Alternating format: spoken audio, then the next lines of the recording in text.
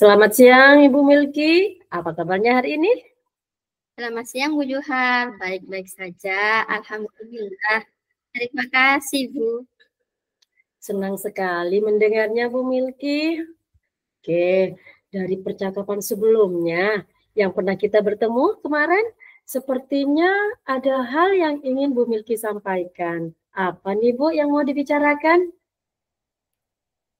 Jadi Bu Johar, saya merasakan kondisi di kelas yang saya ajarkan akhir-akhir ini serasa membosankan.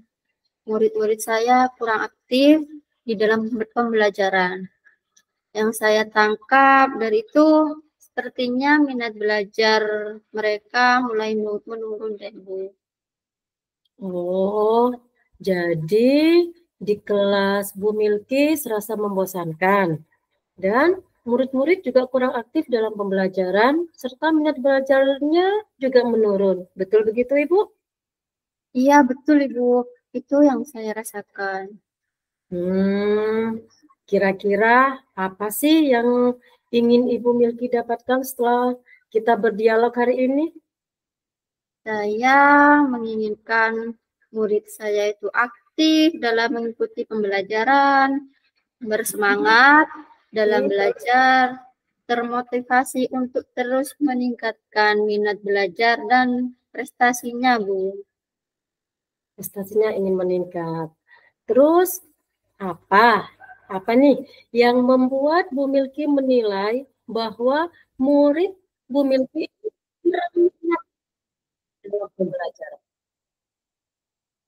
Jadi, saya menilai selain dari keaktifan juga dari nilai akademik mereka yang juga menurun, Bu. Dari beberapa minggu terakhir ini, nilai mereka terus merosot.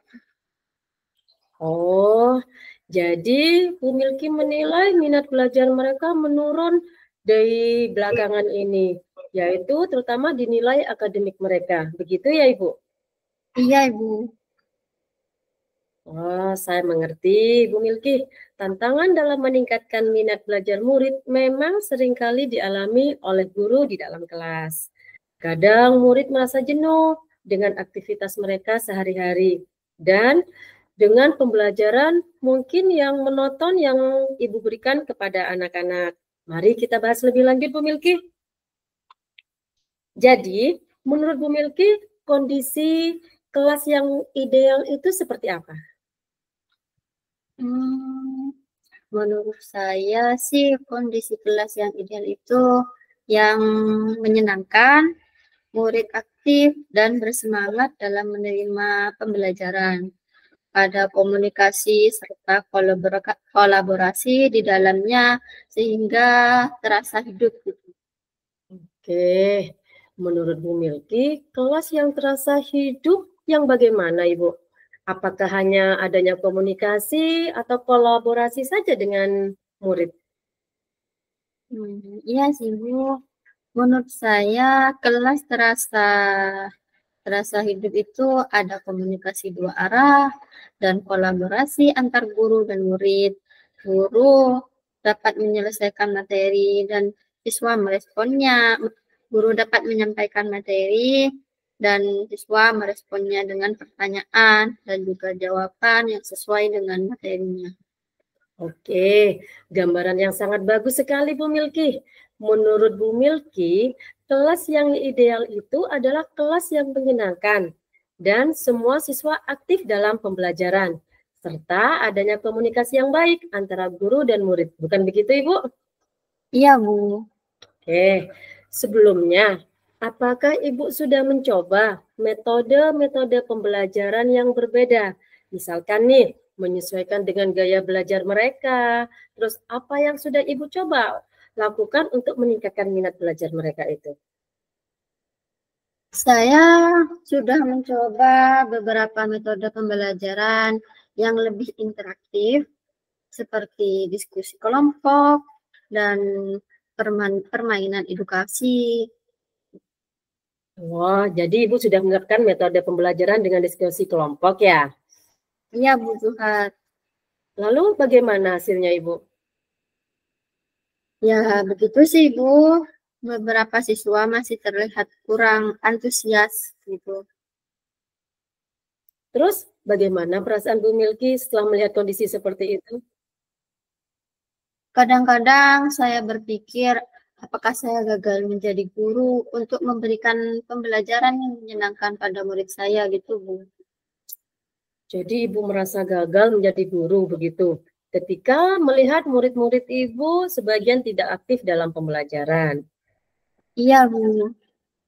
Sebenarnya wajar sih Bu, kalau seperti itu sebagai pendidik mempunyai perasaan seperti itu. Seumpama nih, jika kita diberi nilai interval antara 1 sampai 10, di mana kira-kira level murid Bu Milky berada? Mungkin ada di level 5 deh, Bu. Oh, jadi begitu. Melihat kondisi murid dan minat belajar murid Bu Milky sekarang, lalu target yang Bu Milky inginkan ada di angka berapa untuk meningkatkan minat belajar murid? Dengan kondisi murid saat ini, mungkin di angka 7 bagus deh, Bu. Oh, begitu. Jika di angka 9, agak sulit ya Bu Milky untuk diwujudkan.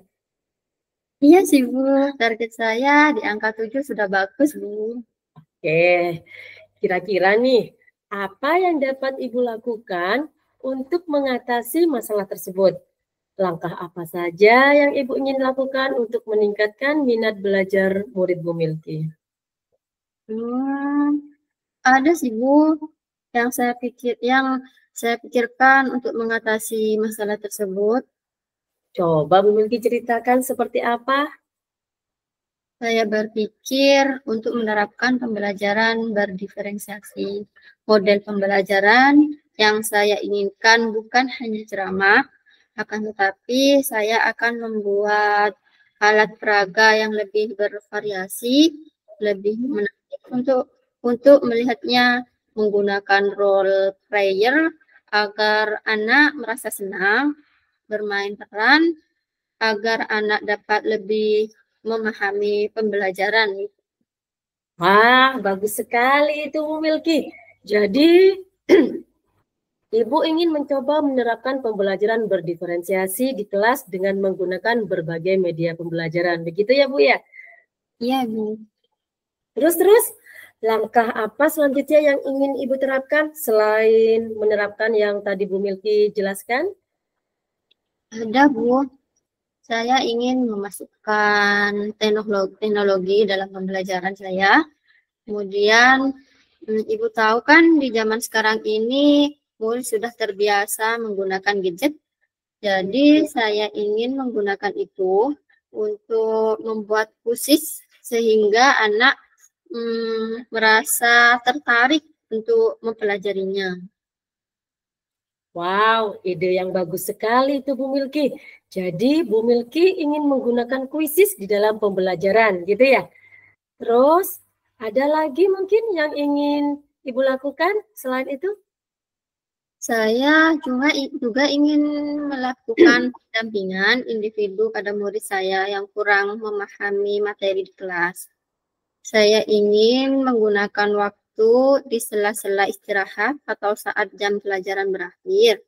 Kemudian, saya ingin berkolaborasi dengan teman sejawat yang nantinya dapat saya ambil pelajarannya dengan pengalaman mereka selama mengatasi masalah yang sama. Dan yang terakhir, saya ingin aktif komunikasi dengan orang tua murid, dan dengan begitu saya ingin mengetahui kemungkinan murid saya mempunyai masalah di rumah sehingga dapat mengganggu minat belajar mereka. Wah, wah, wah, wah. Jadi Bu Milky ini sudah memikirkan langkah-langkahnya sampai sejauh ini.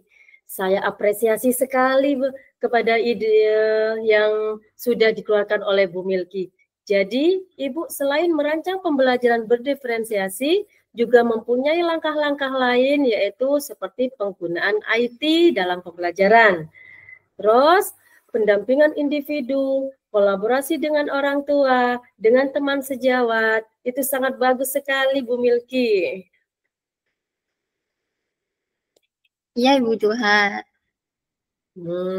Kemudian nih, kira-kira ada yang bisa membantu Bu Milky untuk mewujudkan semuanya ini? Saya berpikir Ibu Halimatus, Bu, karena beliau kan guru senior di sekolah ini. Nanti saya akan meminta bantuan beliau. Pengalaman beliau kan banyak dalam hal permasalahan murid. Oke, bagus sekali. Saya sangat setuju dengan apa yang disampaikan oleh Bu Milky. Lalu, kapan nih akan dimulai rencana yang sudah bagus itu untuk dimulai oleh Bu Milky? Saya akan melakukannya itu dalam minggu-minggu ini deh, Bu. Oke. Oh, jadi dalam 1 minggu ini ya?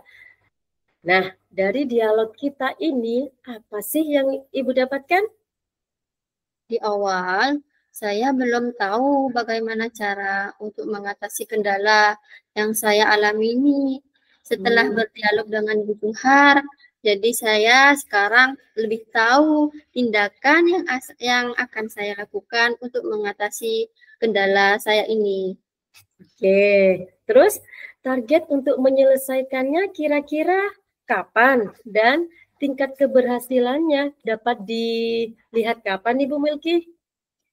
Mungkin dalam 2 minggu ke depan ya, Ibu. Oke, terus biar kita tahu dalam 2 minggu ke depan ini ada progres peningkatan minat belajar murid, bagaimana ini Bu Milky? Gimana kalau kita janjian ya, Bu? Nanti saya ceritakan bagaimana hasilnya. Oke. Jadi dalam 2 minggu lagi kita ketemu lagi ya, Bu. Iya, Bu. Dan saya ucapkan terima kasih sudah meluangkan waktunya bagi saya dan masukannya. Itu sangat membantu saya, Bu. Oke, terima kasih Bu Milky sudah berdiskusi pada siang hari ini. Sukses selalu buat Bu Milky. Terima kasih banyak Ibu atas sharingnya ini dan sangat membantu saya. Semangat! Semangat!